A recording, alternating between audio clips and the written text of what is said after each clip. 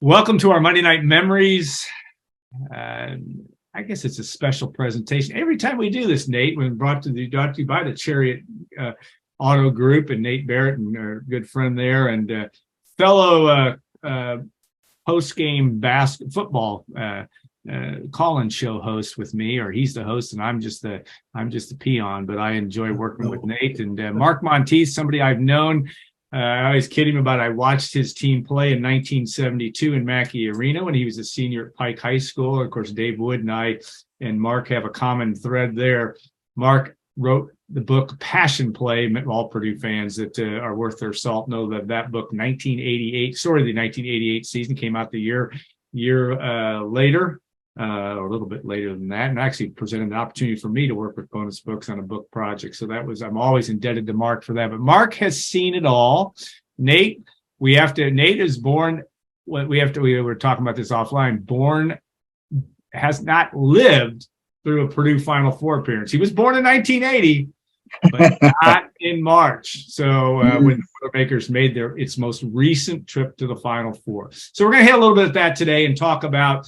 This is not a post-mortem, so to say. It's kind of just to look back at the history of Purdue in the NCAA tournament and certainly in the Final Four. It has happened, and we'll kind of hit all those subjects and more today. I want to go back, and Nate, we talked about this loss, obviously losing to Fairleigh Dickinson as a number one seed, a very difficult loss for Purdue fans. Even when you were 8 years old, 1988, Purdue loses to Kansas State in a game in the Sweet 16, also extremely painful. I'll start with you, Nate, just in your recollection. Which one was worse from your perspective? And then we'll talk to the guy that really had a lot on the line that night, Mark Monteith, and we'll explain that here in a second. But Nate, what do you think?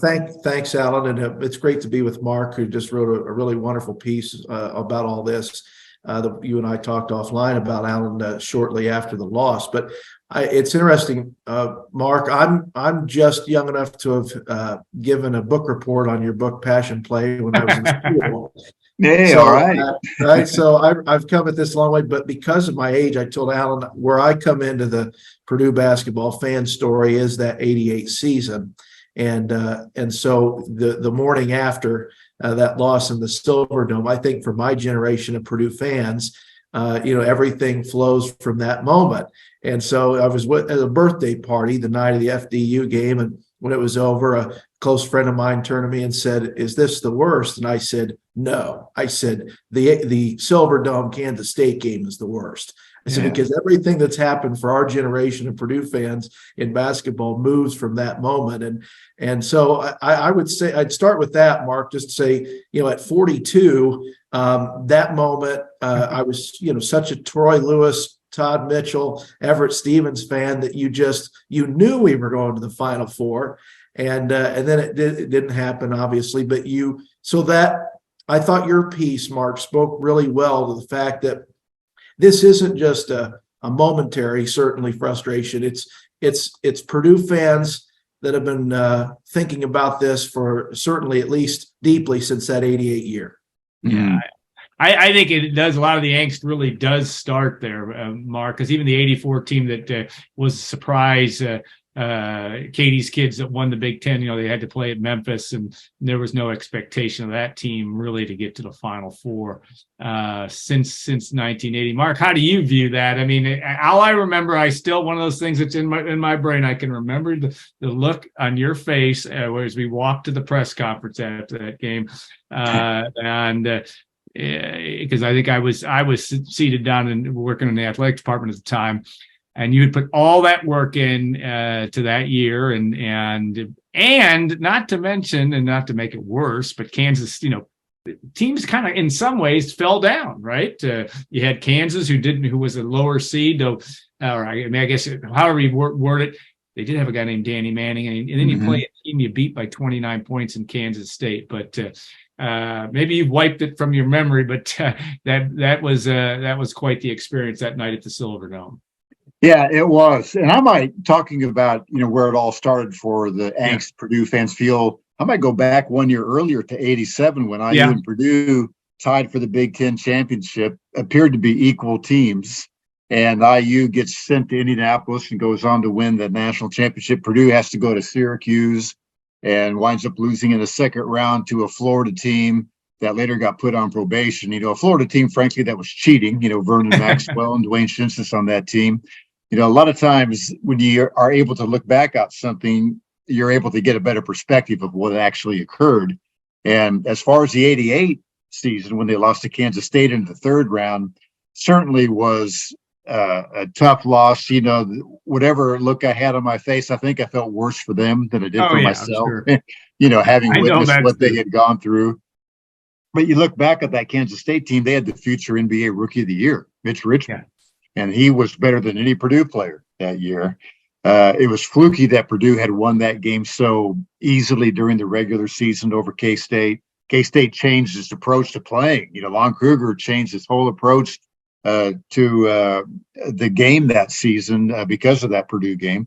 And then, Henson was another future NBA player on that K-State team.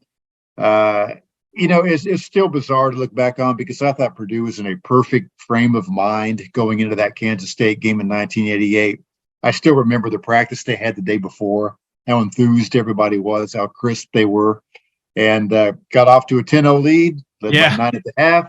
That began my theory that you don't want to get off to a big lead early. I've got this thing that some people might consider a hang-up, but I never want to see a team jump to a double-figure lead early because they're going to lose it most likely. As long as the two teams are roughly equal in ability, I think you're better off being behind 10 points early than you are ahead because, then you got to really bear down. You got to focus. You got to be just like in real life. If things aren't going well, you need to focus. You need to try harder. And when things are going great, you tend to relax, right? Yeah. So the same thing in the basketball game. So that probably worked against them to have that lead. But there were a lot of factors in that game, and it was certainly a heartbreak. I think that loss in 88 would be worse than the one this year because that team, in my mind, had a legit shot at winning the national championship. And I didn't think this year's team did. Even though it was the number one seed, I thought that was a great compliment to the regular season they had. I just didn't see a team with two freshman guards who weren't particularly athletic contending for a national championship. I know in my bracket that I filled out beforehand, I had Purdue losing, I believe, in the third round. So I wasn't thinking they were going to get to the Final Four. So certainly it was a shock to lose that initial game. But whether you lose in the first, second round, third round, in the long run, what difference does it make in my mind? Yeah. Especially the way the tournament has evolved. I mean, Chris, we're recording Friday afternoon. Zach E just named Associated Press National Player of the Year. That's one thing that this team had that one didn't is that level of player, though. Certainly Troy Lewis, Todd Mitchell, first team all Big Ten. I think Everett Stevens was second. Mel McCants talked to Kip Jones a couple of weeks ago about he's still getting over it as well from that standpoint. But you have that one there. All right, Nate, take now 1994. And Mark, I would assume you were still with the Fort Wayne paper in that time. No, I wasn't. I would have been like with Indianapolis News at that point. News, that's right, in 94. Yeah. Nate, again, another team that had a great, number one seed, had a great chance to go deep. Glenn Robinson, as we've talked about, 94, hurts his back. I don't know if he was, there's always all kinds of urban legends or whether he's having a towel fight with Conzo Martin. I don't know what happened. Something happened. And Purdue doesn't lose that game, though. You lose to a blue blood in Grant Hill and Duke and Jeff Capel, right? That had the unbelievable game in that game against Purdue. But your memories of that one, Nate, and now you're all 14 years old at that time. Well, I remember certainly the Ostertag game in Kansas. And Purdue wins that one, and I remember our friend, the late Larry Clisby. That Larry was still with the Channel 18 WL5 locally, his day job during that time, and they put a big live show on from down there at Knoxville and had a lot of personalities on it. And I just remember all the hoopla that went along with that for Purdue fans that had gone to Lexington in the first couple of rounds and then on to Knoxville. Of course, Duke at that moment, was and Mike Krzyzewski was very much in prime time there after they had won it all, back to back a couple of years before. And so, it was a great moment. Konzo had really come on, and I think, Matt Waddell was able to do a lot of good things. Just the nucleus, Brandon was on that team, and it was a special team. Glenn had done some incredible things in Mackey that year. And so I think that made people believe a lot, but you run into the Duke Blue Devils, and then you throw, if Glenn had a bad back that night, you would have needed him at 100% probably to get past Duke. Yeah, 13 points. I think he was limited to, and really struggled. Though Purdue also led in that game, as I recall. Mark, I don't know what your memories were of that one, but a huge Purdue contingent in Knoxville, like there was at the Pontiac Silverdome as well. Yeah, I didn't cover that game, but I was there. Should be pointed out, Grant Hill did not have a good game either, and he didn't have an injury. But you look at that box score; he had a poor shooting game. So it's kind of up to other guys to fill in, and Duke's players just did, a better job of that. But it was certainly a big disappointment because, again, you've got the best player in the country. You think that can carry you quite a ways, and Konzo was a great college player. So a big disappointment. I wasn't as involved with that team, as close to it, but I certainly watched it on television and then did go to that game down in Lexington. If I remember right, I stayed with Steve Lavin. Or Knoxville. It was in Knoxville. They played the first Knoxville, two rounds. Knoxville. Yeah. And so it's kind of fun to be there and not be covering the game, but it was a big disappointment. And Glenn Robinson was not himself. There's no question about that. There was some kind of back strain or whatever. And I guess that kind of feeds into the paranoia of Purdue fans that something always seems to go wrong, something out of people's control. So I understand that feeling. And that was another example, I guess, of a team that got people excited and didn't follow through with it. Yeah. And yet I don't know that team, again, it did get to a number one seed. I don't think it was ranked, if at all, in preseason. It may have been the low 20s, and obviously won the Big Ten. Though they were fortunate to win the Big Ten. Michigan kind of really dropped the ball down, lost to Northwestern. Purdue beat them in an unbelievable fashion up in Ann Arbor in a game. I think they were down 7 with about 2 minutes to go. So it's one of those deals that, that one I still thought Purdue had a great chance to get to the Final Four, but I also thought playing Duke is never an easy thing, no matter what you're doing from that standpoint. I wanted to go back to two other ones when Purdue did go to the Final Four, again, before Nate's appearance on Earth, but Mark, you said a Hall of 14 years old in 1969. The Purdue played in the national championship in Louisville, at Louisville's Freedom Hall. In 1980, obviously, Joe Barry Carroll and company, that team, a 6th seed, as I recall, gets to the Final Four. And kind of a similar Final Four, with the exception of Louisville being in that Final Four as this year, where teams that were pretty high seeded, Iowa, Purdue, Louisville, and of course UCLA in that one. But just any takeaways and it was basketball very different at that point in time. I think only 24 teams in the 1969 tournament. And I think in the low 40s, maybe, for how many were in the 1980 tournament. Mark, you remember that?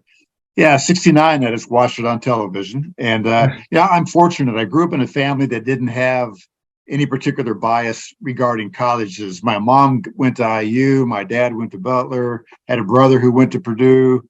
My dad didn't like IU. He liked Purdue. But so I just kind of liked whatever team was good growing up, whether it's IU, Purdue, whatever.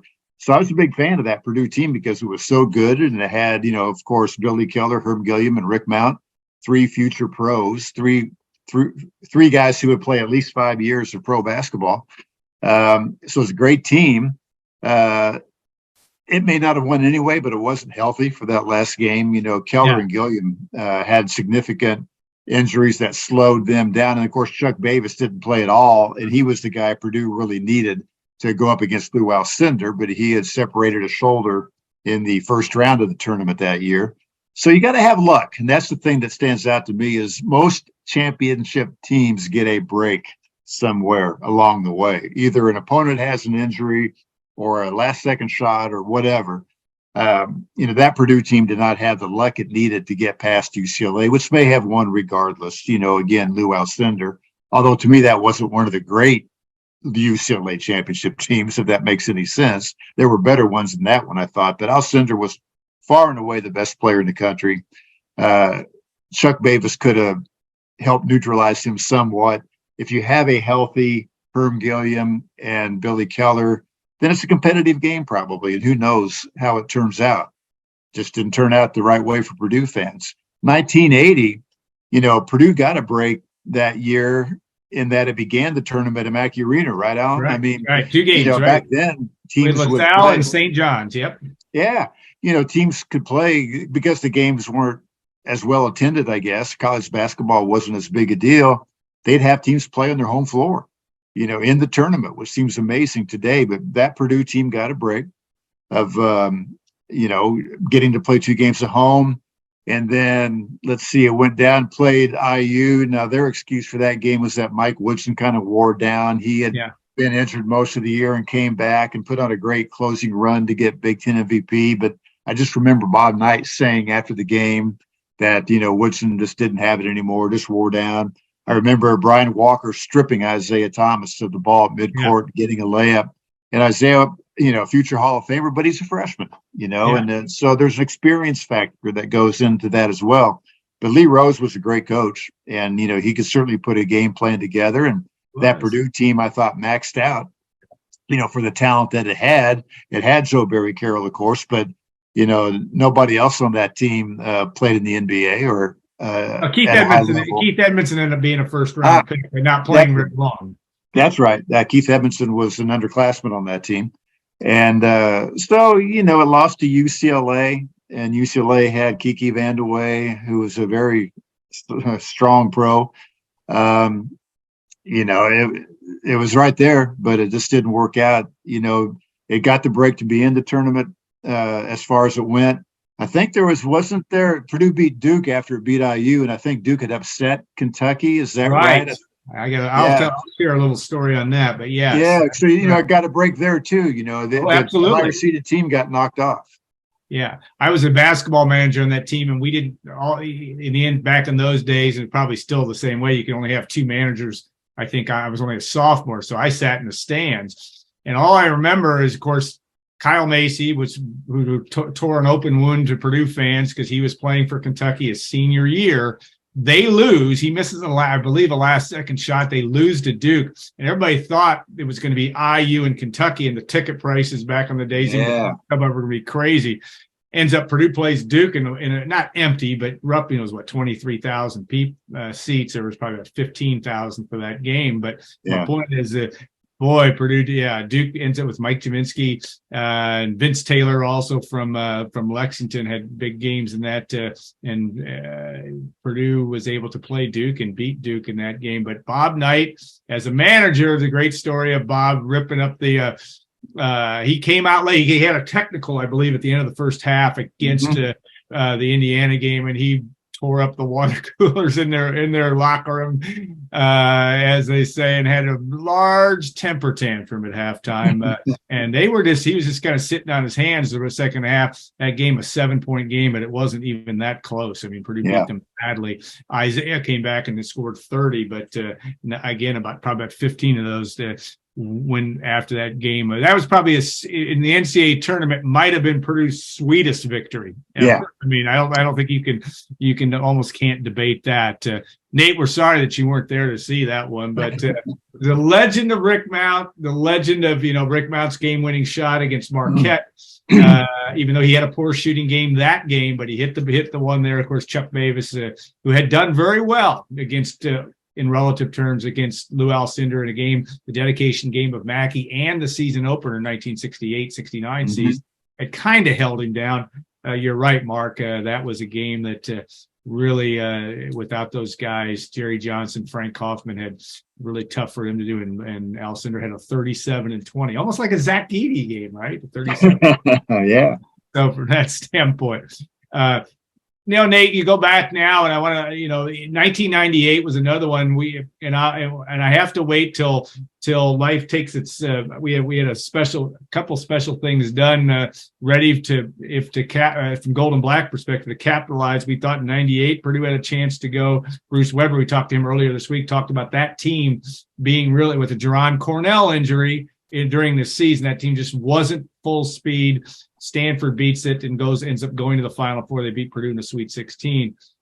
2000, memories of that. Again, Purdue gets some help. I think Arizona went down in front of them. They go to Albuquerque and have a really odd, I think maybe it's a 6th seed, if I remember right. It was right around that number. But Nate, you're members of 2000, and again, that game against Wisconsin that didn't go as well, but Purdue beat an upstart Gonzaga team in the Sweet 16 in that Albuquerque elevation. Yeah, by that time I was a student intern in the Purdue SID office, and of course it was a great time to be at Purdue with all the success football and women's basketball. Men's basketball had surprised everybody in '99, getting to the Sweet 16 unexpectedly. I think they beat Miami. And then the 2000, Texas, right? Yep. Yeah. And the 2000 run, I even though it was disappointing not making the Final Four, if you remember, it was kind of a fun run. And I think, nobody had expected them to get that far. Then they beat Gonzaga and get in that position. You knew it with Dick Bennett would be a tough game. I think everybody was extra excited about the possibility of not only the Final Four, but it coming back to Indianapolis. And so that was another thought, I think, in a lot of Purdue fans' minds. And then just Brian Cardinal, how he had endeared himself to our fan base in West Lafayette with all of his style of play over the years. And I think there might have been, looking back on it, Al, in a sense for Coach Katie, like, how many more shots will he get at it? And I know Larry really wanted it bad for Gene that year, because I think Larry knew, how there weren't going to be that many more chances probably for Coach Katie to get there, and to be that close, was heard a lot. But I'll never forget that Larry talked about just how classy Gene was to everyone he interacted with, even after the loss, and signing autographs and, shaking hands, and just you learned a lot about Gene and how he handled defeat. Yeah. Mark, where were you in 2000? I'm trying to think. I was covering the Pacers for the Indianapolis Star, so I was on my way to covering the NBA Finals in 2000. Yeah. And, that team is certainly, you're absolutely right. We were still traveling, if you can believe that, with the team in those days. And I remember coming back on the flight, and you're right, we went to a restaurant because after the game, and our charter or whatever reason didn't come, and just, Gene did absolutely, was graceful, and people were signing autographs. What do you want my autograph for? We just lost. Typical. You don't want my autograph, and you did. Hey, Nate, you're spot on. You knew he had a little bit of runway left, but it just didn't seem like that was his best chance. And against Wisconsin, we all kind of grew up. At least Mark and I, Purdue beat Wisconsin 25 consecutive games. Mm-hmm.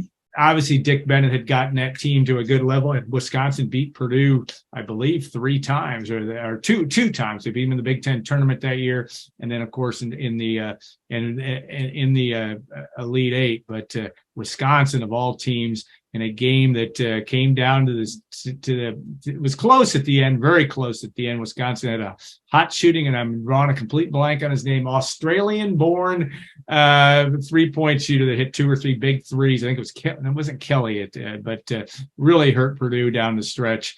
And that was a bitter, bitter loss, just because of, I think, really more to do with Gene Katie and Brian Cardinal. They had I think a cover of our magazine that week was Cardinal sitting in the locker room by himself. That relationship with Gene Katie and Brian Cardinal was seen to be extra special. And Brian, as we all know, an extremely emotional player. But just a hard one to swallow, because you thought, and you're right, I'd forgotten it was Indianapolis. Michigan State obviously won the last Big Ten team to win the national championship, right? And they came home and won in the RCA Dome, or whatever, the Hoosier Dome or RCA Dome it was called at that time. But Nate, go ahead. Alan, I was just going to add on that story, you end up with two Big Ten teams. You were going to have 2 Big Ten teams either way. in the Right. Final Four there in Indy, and Michigan State, they were terrific. But the other thing I was going to say about that season was in that tournament that Gene Cady also etched himself into American cultural lore as David Letterman picked up on his hairstyling. Yeah, right. And then Gene, so they run with the top 10 list throughout the tournament, and then give Gene that live spot after the tournament was over, reading the top 10 list live on David Letterman, I think that, which can still be found on YouTube. That is a classic. That especially for Big Ten fans, that cemented a piece of Gene's cultural legacy forever. And just to make it factually correct and why you can look up something, I was listening to what you were saying, Nate, but I looked it up. John Bryant was his name, 6 of 12, hit 6 of 12 threes. He was from Australia and really daggered Purdue kind of down the stretch in that game.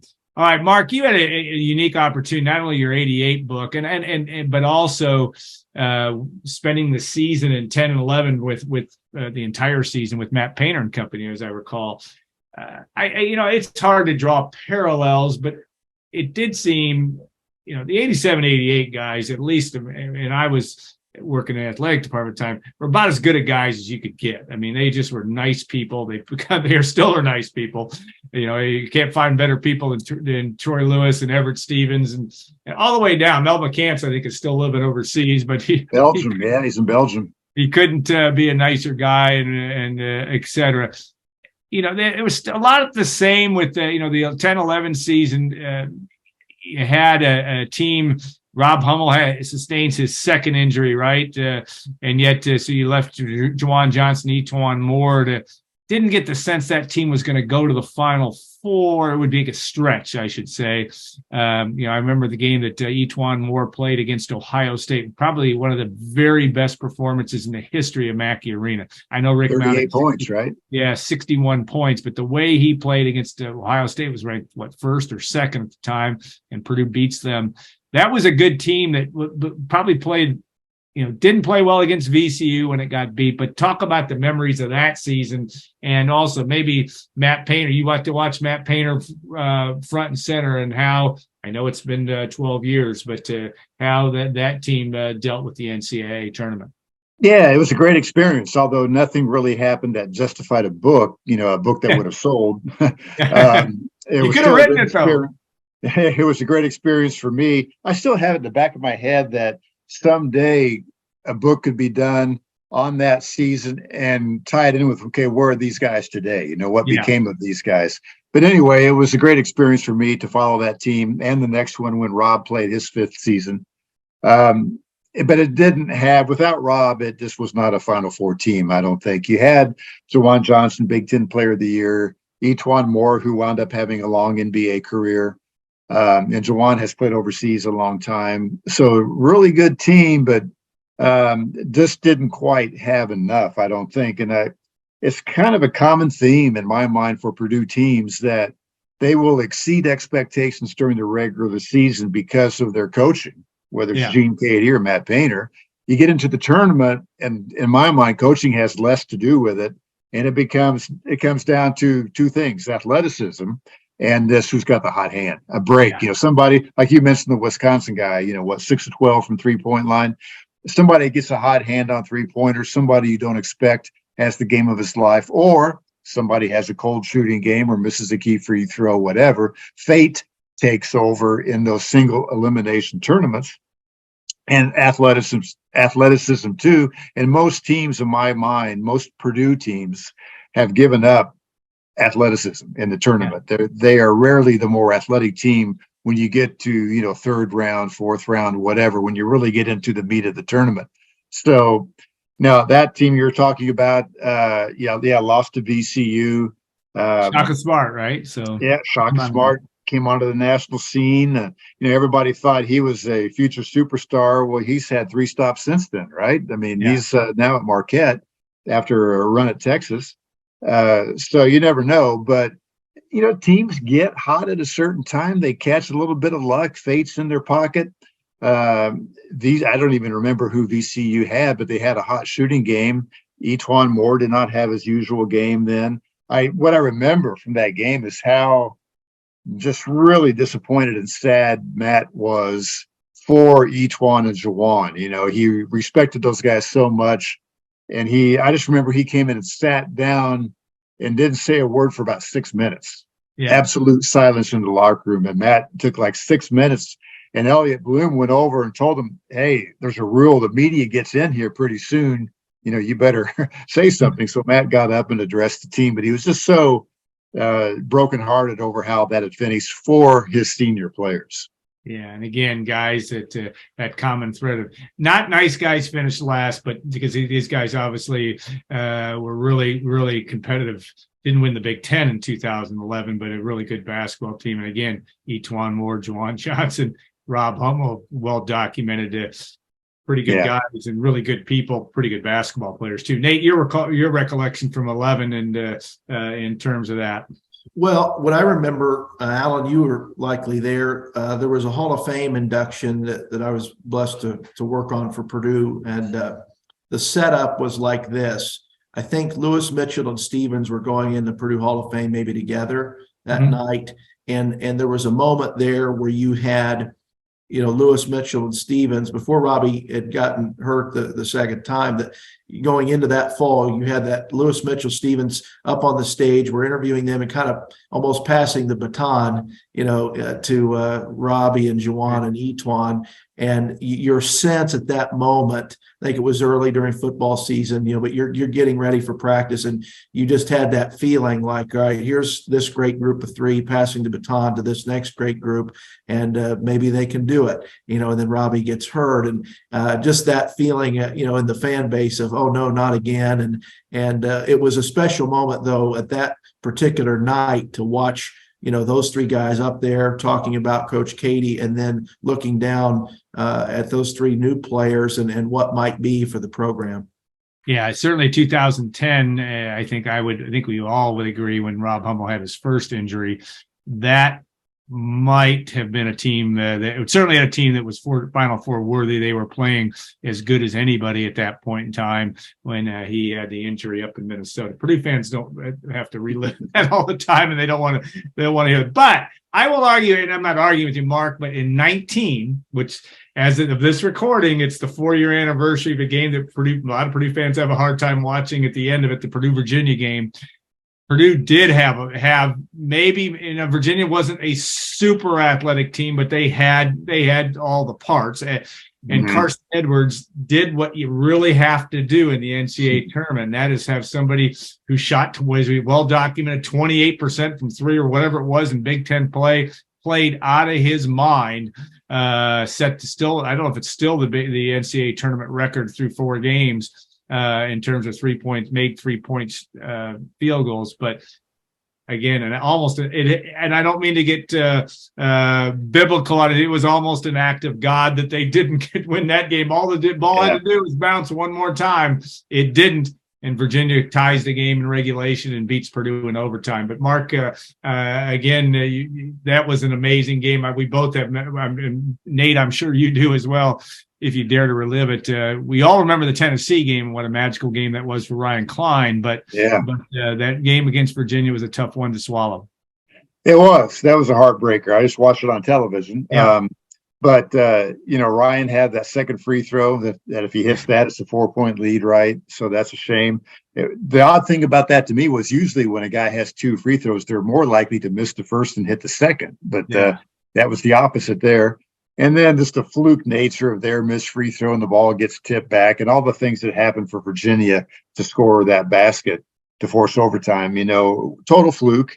And that we like the tournament because there's always upsets and unexpected things happening. But when those things happen to the team you want to win, that is true. Really, it's heartbreaking, right?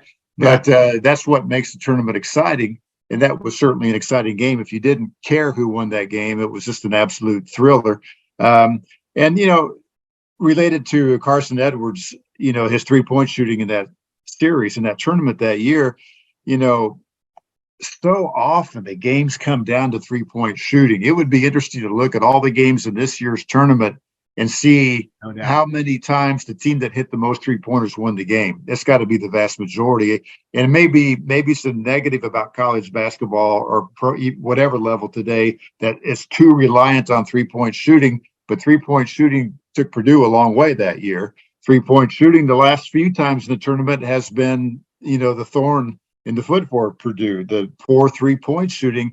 So when people want to blame the coach for a team struggles in the tournament, you can't blame a coach for bad 3-point shooting, I don't think. And if you're going to, then you got to give the coach credit for Carson Edwards' performance, right? It's got to work both ways. If you're going to blame a coach when a team shoots poorly from 3, then it must be the coach's credit that a team shoots well from 3. But Matt Painter didn't have any magic words for Carson Edwards that year in the tournament, just like he didn't do anything to cause the poor 3-point shooting in this year's tournament. So it's just, who knows? It's fate, it's luck, it's things you can't explain, it's human nature, it's a lot of things.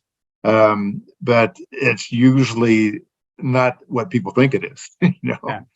Well, I would argue, it's funny, and Nate, I'll come to you in a second, but the whole notion that Carson Edwards, of course, did what he did against Villanova, obviously Tennessee, and then, of course, the game against Virginia. Carson Edwards, it was a confidence, and this is Matt Painter to a T. He had confidence enough in Carson Edwards. I had people and some of our wonderful readers wanting, Carson Edwards shouldn't be playing because he was shooting so poorly in the late end of the 10 play. You're better off without him. He's wrecking what you're trying to do. He being Carson Edwards, and he puts on the kind of run that he did. And been well documented. Of course, the Fairleigh Dickinson game, 5 for 26, and it was a game of wide open. It was a game of horse, it really was, and Purdue just couldn't make shots, and Purdue lost its confidence. But the common thread, and maybe a criticism, I don't think it's fair, but I do think it's a criticism, is he stuck with those guys. But that's what Matt Painter tends to do. I'm talking about Smith, Lawyer. The Lawyer did have a couple threes in that game, but the game, Fairleigh Dickinson game. But Mason Gillis, we all saw him hit 9 threes against Penn State. He's 1 for 7, just not a game that he typically has. And I think it was really indicative at the end of that game when he looks right, looks left, and then shoots an air ball. That was very strange. Nate, now that I've set that up, anything else you want to add to that? I was just thinking, about, Excuse me. I just, again, reiterate, if you haven't read Mark's column that he put out recently, We'll link that to this too, yeah. It's really sensational, and I think it captures how a lot of the deep, long-term Purdue fans feel. I think there's a lot of more casual Purdue fans that were, quite shocked and offended by the recent happenings, but those that know deeper and certainly have great respect for what this team accomplished during the regular season and has throughout Matt's era, take the longer view. And I thought, Mark, you just did a great job pointing out that you do have to take the long view. And in that sense, I think your column kind of opens up some questions about, in general, for the Big Ten, maybe to look at it itself. And on the Big Ten, I was looking before we recorded this back in 22, 21, and 19. The Big Ten as a league, for as many teams as it's gotten in, and there's been some struggles there. And it just continues to be. It's been Michigan State 2000 being the last one of, as a league. What does it take to get in a position to succeed here at a different level and get back to maybe where you have 2 Big Ten teams in a Final Four? Well, you have tonight's game, because where this is going to air on Monday night. You're going to have somebody either that again, good shooting teams that got hot at the right time. It's definitely that way in the tournament from that standpoint.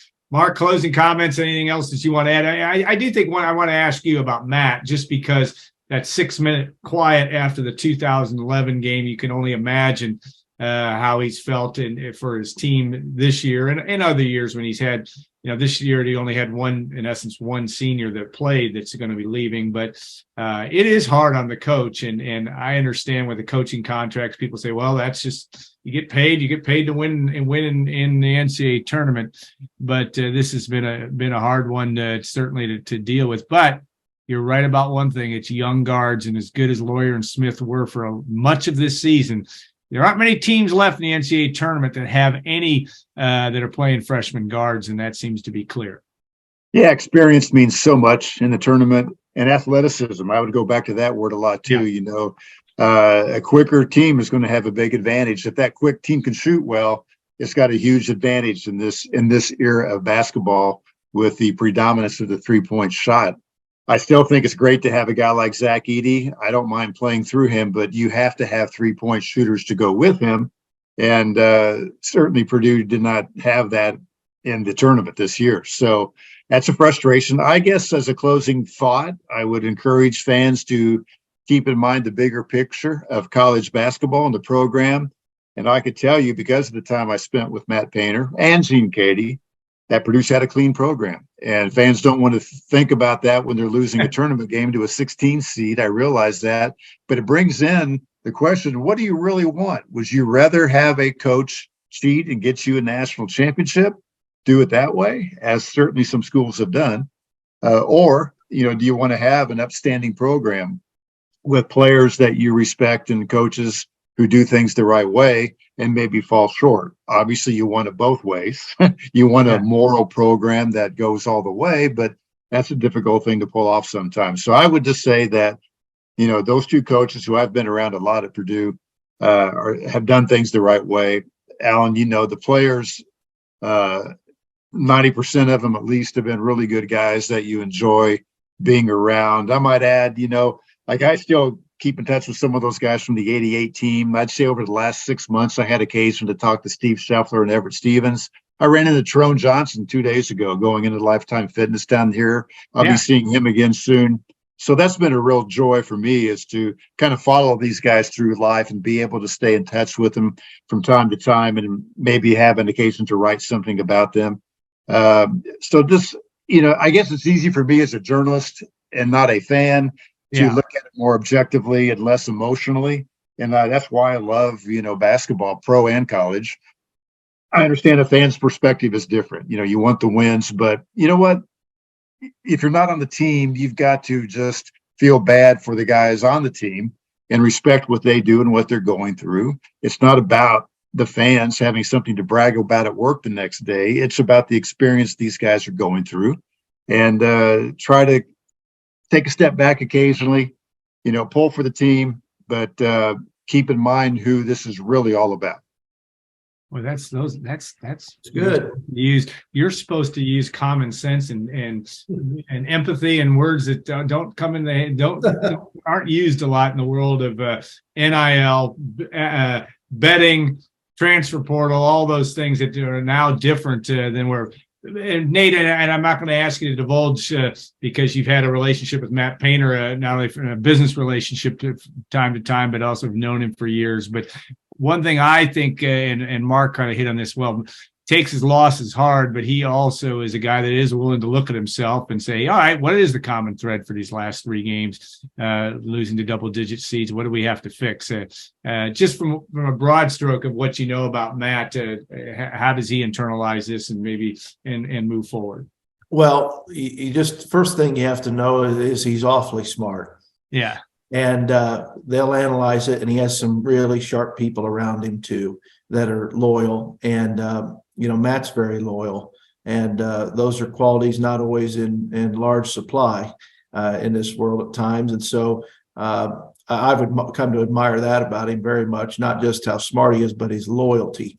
And they'll figure it out. And I think we also need to always reflect on Matt took the job when he was 36 years old, Alan. I mean, he's already one of the all-time winningest Big Ten coaches, and in my mind, still a young man in a lot of ways. And so to think that his moral base is set, but his best coaching could still very much be ahead of him, and I have every reason to think that it will be. But I think he also is the kind of guy that there are, if he ever, he could be a great color commentator if he ever didn't want to do it anymore. But I think he's very set in the sense of you might get him to adjust some basketball strategy, but you're not going to get him to adjust himself very much in any way just to please the crowd. Who he is very fixed, and he's going to do it as long as he can at Purdue University, but he's going to do it a certain way and live with those results. And I think for a lot of Purdue's longtime fans, that's a pretty good way to go. Yeah, no doubt. All right, guys. Thanks so much for your time. We didn't solve anything here, but we had a lot of fun talking about it and going back to memory lane because it is an interesting story. It is an interesting track record. There have been good moments. There haven't been as many as Purdue fans would like here of late, but who knows what will happen in 23, 24. Guys, thanks again. Thanks to Chariot Auto Group as well, Nate Barrett and company. We appreciate that. Mark Monteith. Tell Mark, obviously Passion Play you can still get if you're interested. I assume you can get it on Amazon, and also you've got a book on the Pacers that came out 2 years ago, because I always say 2 years. I think it's up to 2 years ago. No, 2017. Yeah. So, okay, that's what I said. Two years is 6. So, yeah. But you're any other projects that you're working on in this moment? Yeah. Well, you can get Passion Play or Reborn on my website, markmonteith.com. I got to tell you, I only got about a dozen copies of Passion Play left. Hey, we still have about a half dozen in the office if you ever run out, my friend. Okay.